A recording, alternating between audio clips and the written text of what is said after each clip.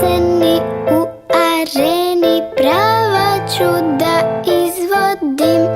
Kad se na brzaka rastegnem ko žvaka, kao da sam stvor od gume, skočim u vis, hopa hop, pa se smotam ko zmija sva u grob.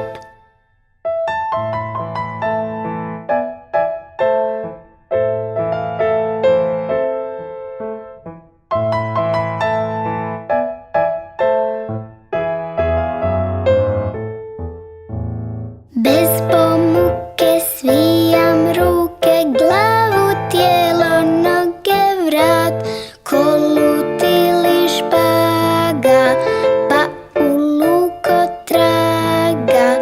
Kad se svinem, glavom dirnem svoje pete i parket, naopačke kroz noge gledam svijet.